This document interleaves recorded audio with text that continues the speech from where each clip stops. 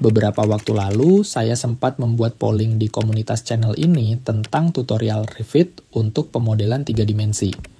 Hasilnya, suara terbanyak memilih video dengan penjelasan audio. Jadi, terima kasih banyak buat kalian yang sudah berpartisipasi. Nah, untuk kalian yang mungkin belum tahu, Revit merupakan software yang dikembangkan oleh Autodesk dan sangat penting dalam Building Information Modeling. Fungsinya, Revit digunakan untuk pemodelan 3 dimensi, dokumentasi otomatis, koordinasi multidisiplin, simulasi, dan analisis. Singkatnya, Revit sangat membantu para profesional seperti kalian di bidang konstruksi dalam merancang dan mengelola proyek.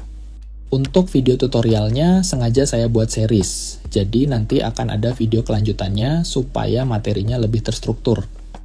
Oke, di video awal ini kita mulai dari materi yang paling basic dulu, yaitu mulai dari pengenalan bagian antarmuka, type atau nama file Revit, Revit element atau components, dan properties. Kemudian untuk pemodelannya, saya akan contohkan pada bangunan sederhana dengan bentuk denah dan tampaknya seperti ini. Ini merupakan gambar yang sebelumnya dibuat dari software AutoCAD. Untuk kasus contoh ini hanya sebagai simulasi saja, jadi kalian nanti bisa sesuaikan sendiri dengan kebutuhan proyek masing-masing ya.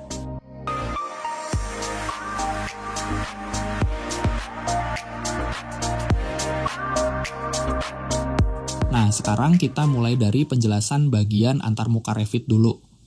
Ini sangat penting sekali sebagai fundamental awal yang perlu kalian ketahui. Minimal kalian tahu bagian-bagiannya, karena jika kalian skip, nanti akan kesulitan pada saat pembuatan modelingnya. Pertama ada File tab. Ini fungsinya untuk mengakses atau membuka model dan family, membuat model baru dan family baru.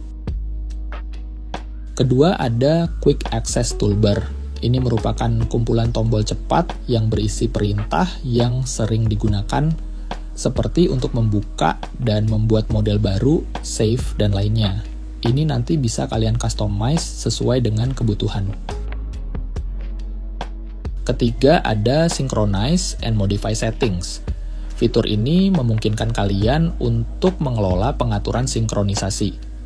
Kalian bisa memilih data yang ingin disinkronkan, menambahkan komentar, dan menyimpan model secara otomatis di local drive kalian. Keempat, ada Options Bar. Ini merupakan baris alat yang menyediakan opsi tambahan yang spesifik untuk alat atau perintah yang sedang aktif. Pilihan pada bar ini akan berubah sesuai dengan perintah yang kalian pilih. Kelima, ada Type Selector.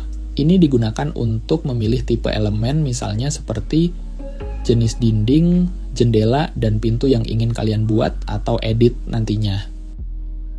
Keenam, ada Properties Palette. Ini akan menampilkan properti elemen yang kalian pilih, di mana kalian dapat memodifikasi dimensi, material, dan parameter lain dari elemen tersebut. Ketujuh, ada Project Browser. Ini akan menampilkan daftar seluruh pandangan atau view, lembar kerja, family, dan elemen lain dalam project. Ini adalah tempat di mana kalian dapat dengan mudah berpindah antar view.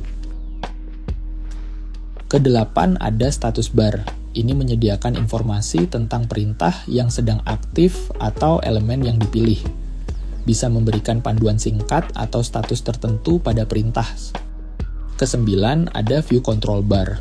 Ini digunakan untuk mengontrol tampilan view, seperti pengaturan skala, gaya visual, dan tingkat detail pada view model yang sedang aktif.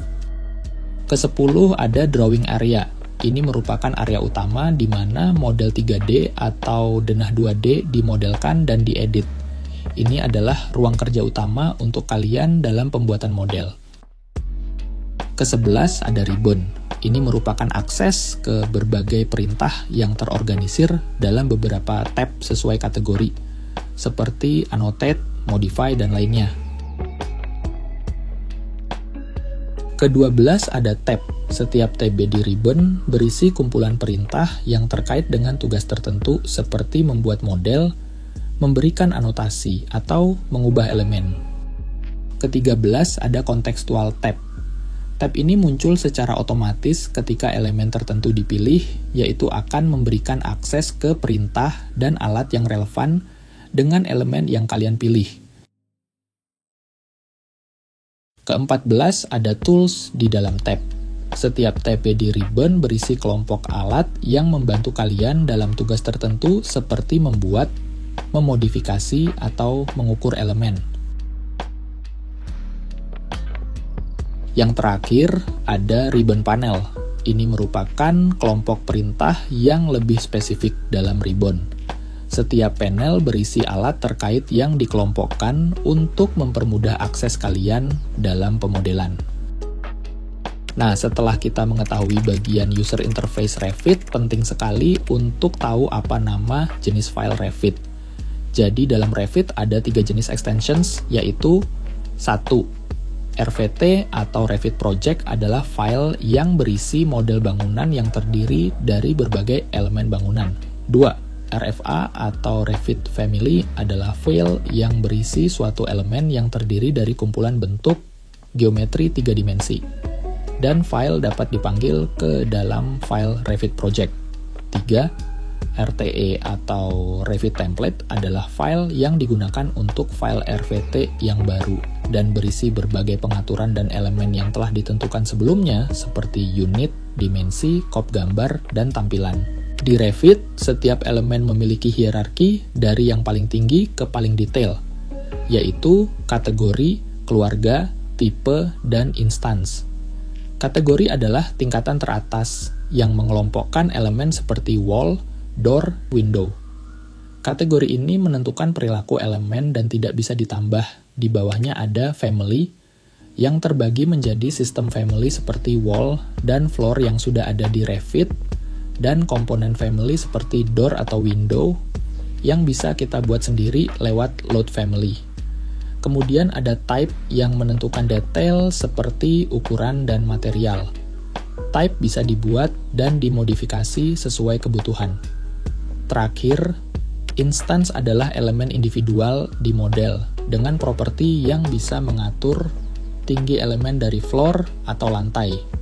Hierarki elemen yang dipilih akan terlihat di drawing area dan status bar sebagai kategori keluarga tipe. Pada bagian selanjutnya ada properties. Properties dari sebuah elemen dapat dibedakan menjadi 2 macam, yaitu instance properties dan type properties. Instance properties mengatur properti spesifik untuk elemen individual yang dipilih, seperti ketinggian dari level atau materialnya, dan hanya mempengaruhi satu elemen saja. Properti ini bisa langsung dilihat di properties palette. Sementara itu, type properties mengatur atribut yang berlaku untuk semua elemen dengan tipe yang sama seperti dimensi dan material. Untuk mengeditnya, cukup klik Edit Type di Properties Palette. Oke, sekarang kita langsung ke contoh pemodelannya. Saat pertama kali membuka Revit-nya, tampilannya adalah seperti ini. Untuk membuat project, baru pilih New. Pada bagian model seperti ini. Kemudian pilih template metrik multidisiplin supaya di dalamnya selain disiplin arsitektur, juga tersedia untuk disiplin struktur dan MEP. Tapi kalian nanti bisa sesuaikan dengan kebutuhan masing-masing untuk pemilihan template-nya. Dan jangan lupa pilih project saja, bukan project template, karena kita akan membuat pemodelan, bukan membuat template. Selanjutnya, klik OK. Langkah pertama, kita akan membuat grid dan level. Untuk mempermudah, kita bisa menjiplak dari file gambar AutoCAD yang sudah dibuat sebelumnya. Caranya, pergi ke tab Insert dan pilih link CAD. Pada bagian pengaturan, kalian bisa menyesuaikannya sesuai kebutuhan. Di sini, saya mengatur units menjadi milimeter dan menggunakan posisi original dari koordinat gambar AutoCAD-nya. Untuk elevasi gambar, saya akan menempatkannya di level 1, lalu pilih Open. Saran saya, pastikan posisi gambar di AutoCAD sudah berada di titik koordinat sama dengan 0, 0, 0. Kecuali untuk federated model, kalian sesuaikan dengan koordinat pada peta topografi di project masing-masing.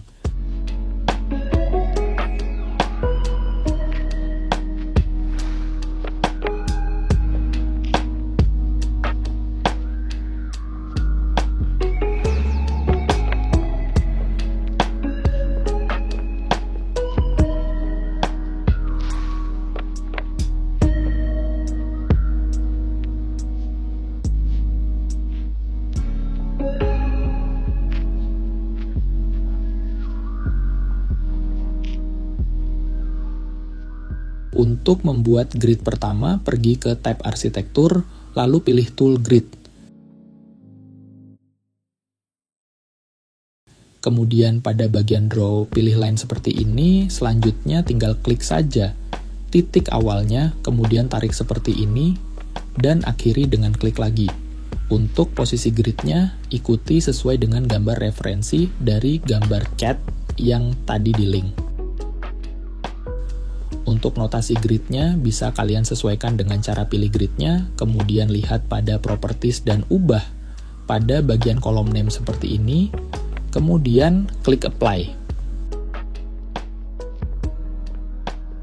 Untuk langkah berikutnya, karena salah satu grid sudah jadi grid selanjutnya, kita bisa buat dengan pick line dan tambahkan nilai offsetnya sebagai jarak gridnya.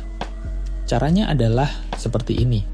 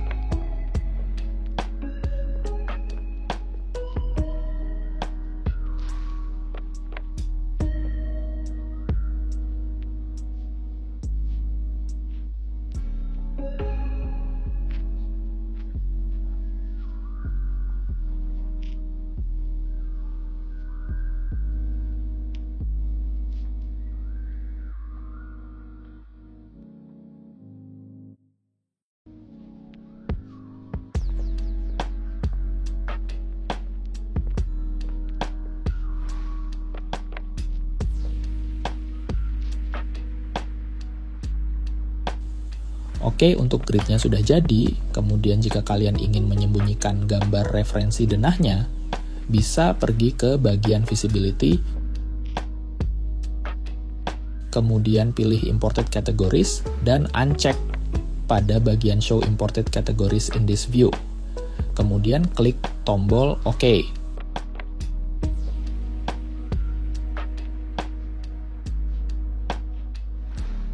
Langkah berikutnya adalah membuat level.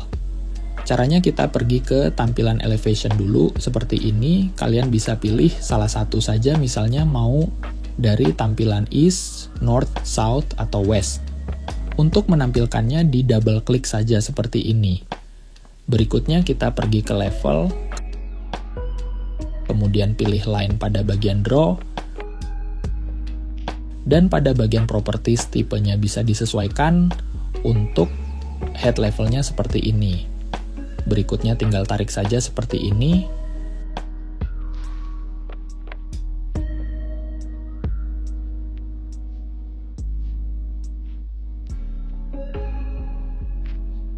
Berikutnya kita sesuaikan nama level dan elevasinya yaitu pada palet properties seperti ini. Jika udah kita apply. Kemudian untuk level di atasnya atau level lantai 2, kita bisa gunakan pick line dengan cara seperti ini.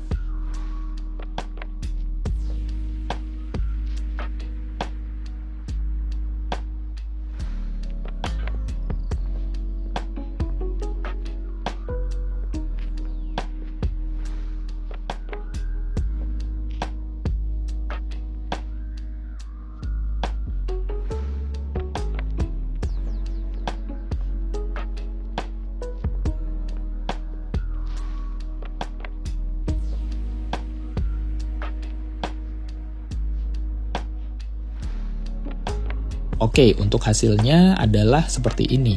Kita bisa lihat juga pada tampilan atau view 3 dimensi dengan cara pergi ke 3 dimensi views, lalu double klik pada 3 dimensi seperti ini. Nanti kalian bisa tambahkan lagi untuk levelnya sesuai kebutuhan masing-masing jika jumlah lantainya banyak. Oke, untuk tutorial bagian 1 yaitu pengenalan Revit, linked to Revit, cara membuat level dan grid sudah cukup. Di episode berikutnya, kita akan bahas elemen arsitektural pada Revit. Jangan lupa tuliskan pertanyaan kalian di kolom komentar di bawah jika ada bagian yang tidak dipahami. Sampai ketemu lagi di episode berikutnya.